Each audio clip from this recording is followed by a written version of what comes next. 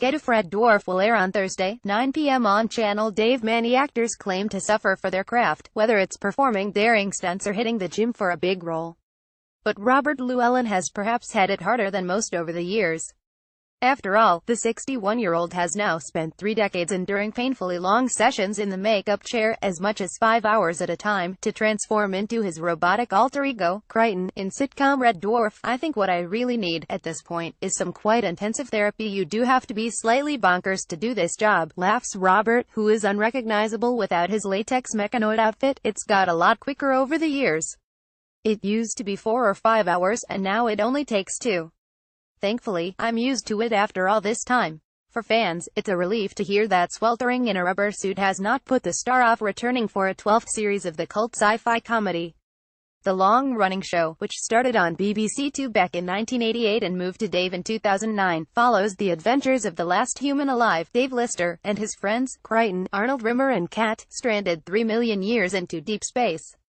The new run on Dave sees Robert reunite once again with his co-stars Danny John Jules Kat, as well as Craig Charles Lister and Chris Barry Rimmer, both of whom join him for our interview.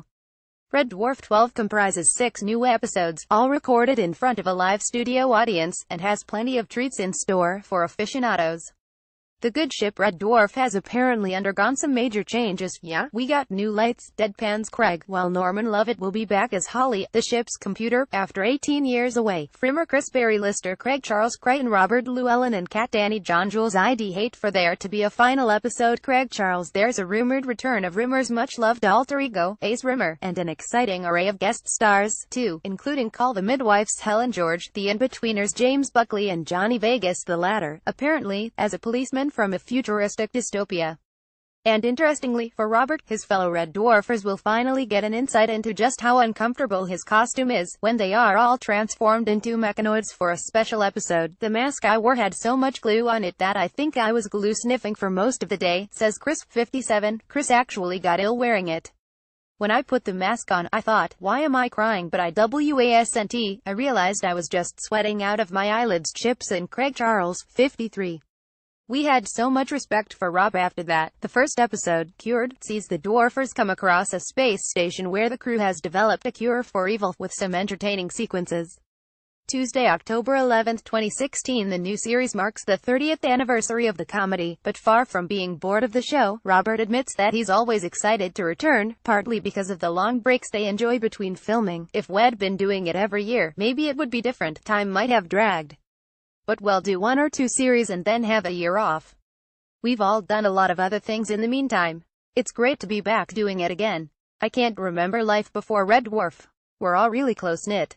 We're like brothers." He smiles. "We've known each for so long, and I've had a relationship with these guys unlike any relationship I've had with anyone else in my life." Craig agrees. "I've known them longer than I have my wife and children." Of course, the question on everyone's minds now is whether the boys will return for more Red Dwarf. Could we see them back for a 13th, or even a 14th series in the near future? "I'd hate for there to be a final episode," reveals Craig.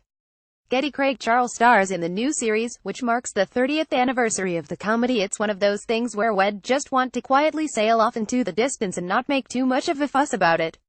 The problem with writing final episodes is that they're always disappointing. There's definitely a demand for more, though," adds Robert. "I'm sure we will be back. But we'd better hurry up. We don't have long left at our age, and particularly for me. You don't want to be covered in rubber in old age. It really isn't good for your dwarf." Airs on Thursday, 9 p.m. on Dave.